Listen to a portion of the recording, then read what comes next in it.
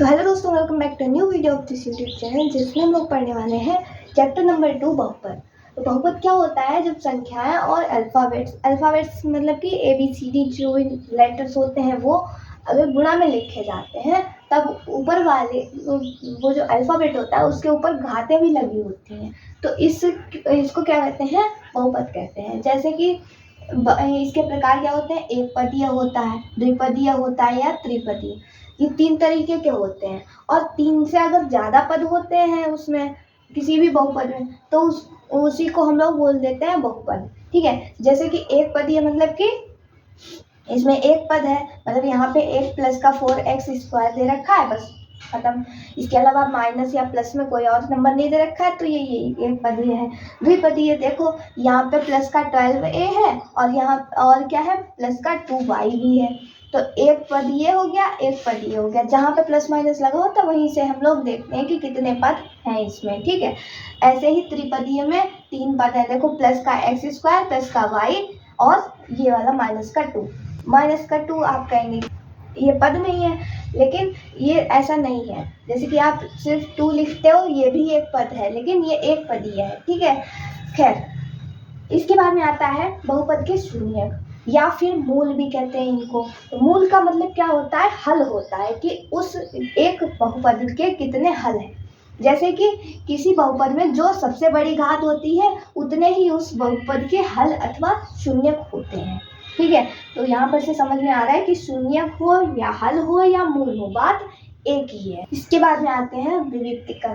तो द्विघात बहुपद क्या होती है? ax² plus bx plus c के रूप की होती है। तो इसके लिए b² माइनस 4ac उसका विविक्तिकर कहलाता है। ठीक है। और कैपिटल D से इसको लिखा जाता है। तो फॉर्मूला बन जाता है d बराबर b² माइनस 4ac। ठीक है।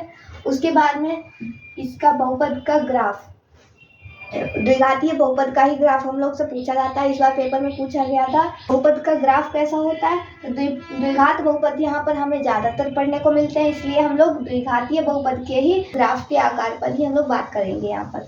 तो उसका आकार परवलयाकार होता है। इसके बाद ये आते हैं कि बहुपद के शून्यकों और गुणाकों में संबंध क्या होता है। तो यहाँ पर हमें द्विघात और त्रिघात बहुपद सिखाई जाती हैं। ज़्यादातर द्विघात बहुपद मिलता है, तो इस पर आप ज़्यादा फोकस करिएगा।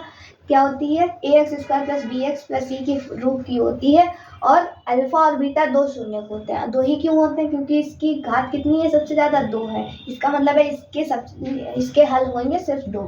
ठीक। अल्फा बीटा अगर इनके 2 शून्यक या हल हैं तो शून्यकों का योग बराबर होगा -b/a के। ठीक। b और a यहाँ से आएंगे, ठीक, समीकरण में से।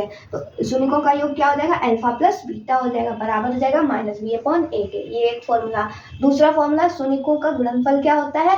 c/a होता है। ठीक है। गुणांक इसके वाले होते हैं, x के गुणांक, x² का गुणांक, और ये कांस्टेंट यानी कि चर पद होता है, अचर पद होता है, और शून्यांक मतलब जो कि हल होते हैं समीकरण के। इसके अलावा एक और चीज भी होती है, वो भी सीख लीजिए। जैसे कि आपको यहाँ पर अल्फा प्लस बीटा और अल्फा इंटू बीटा दे रखे हो, तो आप समीकरण कैसे बनाओगे? तो देखो, इसके लिए फॉर्मूला होता है x² plus alpha plus beta. यहाँ पर लिखते हैं अल्फा प्लस बीटा का मान और गुणा में x रखते हैं, प्लस लगाते हैं। यहाँ पे माइनस आता है और अल्फा इंटू बीटा, यानी कि ये गुणा वाला जो होता है, जो भी आता है गुणा में, वो लिखते हैं बराबर में 0।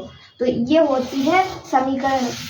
अगर आपको शून्य का योग और गुणनफल दे रखा हो तो उससे आप इस तरह से द्विघात समीकरण बना भी सकते हैं। तो ये था हमारा पूरा बहुपद चैप्टर। उम्मीद करते हैं समझ में आ गया होगा। अगर वीडियो समझ में आए तो लाइक कीजिएगा। चैनल पर अगर आप नए हो तो सब्सक्राइब जरूर कीजिएगा। फिर मिलते हैं एक और नए वीडियो के साथ। तब तक के लिए धन्यवाद।